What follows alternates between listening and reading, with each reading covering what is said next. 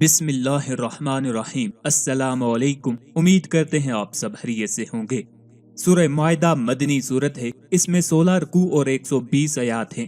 بڑی مدنی مفصل احکام کے لحاظ سے سورتوں میں سب سے آخری سورت ہے۔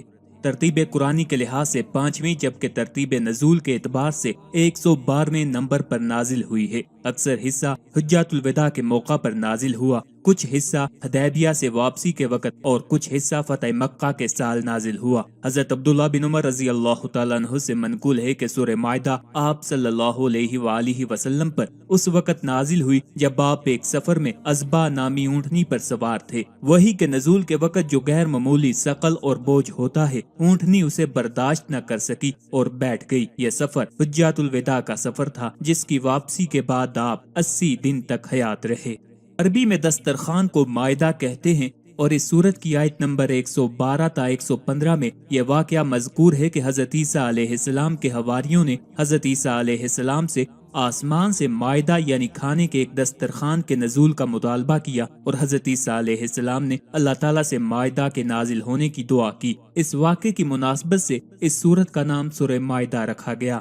اس سورت کو سورہ مائدہ اس لیے کہا گیا ہے کہ اس میں اس دسترخوان کا ذکر ہے جو حضرت عیسیٰ علیہ السلام کی دعا کی برکت سے ان کی قوم کے فقیروں، محتاجوں اور بیماروں کے لیے نازل ہوا، جس میں ان کے لیے بیماری سے شفا، محتاجگی سے گناہ اور فقر سے تونگری تھی۔ لیکن جب لوگ اس کے بارے میں شک کرنے لگے اور دوسروں کو بھی شک میں مبتلا کرنے لگے اور بعض نے خیانت کی، تو اس جرم کی پاداش میں یہ نعمت ختم ہو گئی اور ان کی قوم کے 333 لوگوں کی شکلیں مسخ کر دی گئیں، جو 3 دن تک اسی حال پر رہے اور پھر مر گئے۔ بعض روایات کے مطابق اس دسترخوان میں مچھلی تھی جس میں ہر قسم کا مزہ تھا اور جو کی روٹیاں تھی۔ بعض روایات کے مطابق جنت کے پھل اور ایک روایت کے مطابق گوشت اور روٹی تھی۔ سورہ مائدہ کے اکثر حصے میں احکام کا بیان ہے، بعض قصص کا ذکر ہے یعنی بعض قصوں کا ذکر ہے، اور توحید اور اہل کتاب کو اسلام کی طرف دعوت دینے کا اجمالاً ذکر ہے۔ اس سورت کی ایک آیت مبارکہ کے بارے میں حضرت عمر فاروق رضی اللہ تعالیٰ عنہ سے مروی ہے، ایک یہودی نے ان سے کہا، اے امیر المومنین، آپ اپنی کتاب میں ایک آیت کی تلاوت کرتے ہیں، اگر وہ آیت ہم یہودیوں کے گروہ پر نازل ہوئی ہوتی تو جس دن یہ نازل ہوتی ہم اس دن کو عید بناتے۔ حضرت عمر فاروق رضی اللہ تعالیٰ عنہ نے فرمایا، وہ کون سی آیت ہے؟ اس یہودی نے عرض کیا، وہ یہ آیت ہے، الیوم اکملت لکم دینکم واتممت علیکم نعمتی ورضیت لکم الاسلام دینا۔ آج میں نے تمہارے لیے تمہارا دین مکمل کر دیا اور میں نے تم پر اپنی نعمت پوری کر دی اور تمہارے لیے اسلام کو دین پسند کیا۔ حضرت عمر فاروق رضی اللہ تعالیٰ عنہ نے فرمایا، ہم اس دن اور اس جگہ کو بھی جانتے ہیں جس میں نبی کریم صلی اللہ علیہ وآلہ وسلم پر یہ آیت نازل ہوئی۔ جب یہ آیت نازل ہوئی اس وقت حضور صلی اللہ علیہ وآلہ وسلم جمعہ کے دن عرفات کے میدان میں مقیم تھے، اور جمعہ اور عرفہ دونوں مسلمانوں کی عید کے دن ہیں۔ حضرت عبداللہ بن عمر رضی اللہ تعالیٰ عنہ فرماتے ہیں، جب رسول اللہ صلی اللہ علیہ وآلہ وسلم پر سورہ مائدہ نازل ہوئی اس وقت آپ صلی اللہ علیہ وآلہ وسلم اپنی سواری پر سوار تھے، تو سواری میں آپ صلی اللہ علیہ وآلہ وسلم کا بوجھ اٹھانے کی طاقت نہ رہی، اس لیے آپ صلی اللہ علیہ وآلہ وسلم سواری سے نیچے تشریف لے آئے۔ حضرت مجاہد رضی اللہ تعالیٰ عنہ سے مروی ہے، نبی کریم صلی اللہ علیہ وآلہ وسلم نے ارشاد فرمایا، تم اپنے مردوں کو سورہ مائدہ اور عورتوں کو سورہ نور سکھاؤ۔ علامہ عبدالرؤف مناوی رحمۃ اللہ علیہ فرماتے ہیں، سورہ مائدہ میں چونکہ مردوں کے لیے بہت ڈانٹ ڈپٹ ہے، اس لیے انہیں سورہ مائدہ سکھانے کا حکم دیا گیا، اور سورہ نور میں عورتوں کے لیے بہت ڈانٹ ڈپٹ ہے، اس میں واقعہ افق اور زینت کے مقام ظاہر کرنے کی حرمت وغیرہ ان چیزوں کا بیان ہے جو عورتوں سے متعلق ہیں، اس لیے انہیں سورہ نور سکھانے کا حکم دیا گیا ہے۔ اس سورت کا مرکزی مضمون یہ ہے کہ اس میں یہودیوں اور عیسائیوں کے باطل عقائد و نظریات ذکر کر کے ان کا رد کیا گیا ہے۔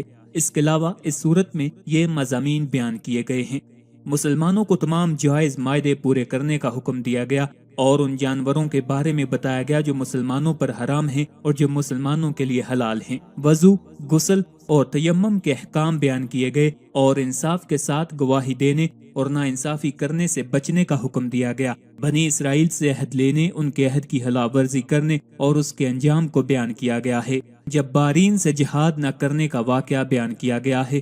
چوری کرنے اور ڈاکہ ڈالنے کی سزا کا بیان شراب اور جوئے کی حرمت کا بیان، قسم کے کفارے کا بیان، احرام کی حالت میں شکار کے احکام، قرآن کے احکامات پر عمل کو ترک کرنے کی وعید، یہودیوں، عیسائیوں، منافقوں اور مشرکوں سے ہونے والی بحث کا بیان ہے۔ مسلمانوں کو اپنی اصلاح کرنے کا حکم دیا گیا ہے اور اصلاح کا طریقہ بھی بیان کیا گیا ہے۔ یہ بھی فرمایا گیا ہے کہ نیکی اور پرہیزگاری کے کاموں پر ایک دوسرے کی مدد کی جائے اور گناہ اور سرکشی کے کاموں پر ایک دوسرے کے ساتھ تعاون حرام ہے۔ کفار کے ساتھ دوستی کرنا حرام ہے۔ نیز گواہی کے متعلق فرمایا کہ گواہی دینے والا عادل ہو اور انصاف کے ساتھ فیصلہ کیا جائے اور مسلمانوں کے درمیان مساوات قائم کی جائے۔ اللہ تعالیٰ کا دین ایک ہی ہے، اگرچہ انبیاء اکرام علیہ الصلوۃ والسلام مکی شریعت اور ان کے طریقے مختلف تھے۔ نبی کریم صلی اللہ علیہ وآلہ وسلم کی نبوت پوری مخلوق کو عام ہے اور آپ صلی اللہ علیہ وآلہ وسلم کو عام تبلیغ کرنے کا حکم دیا گیا ہے۔ عبرت اور نصیحت کے لیے سورت میں یہ 3 واقعات بھی بیان کیے گئے ہیں۔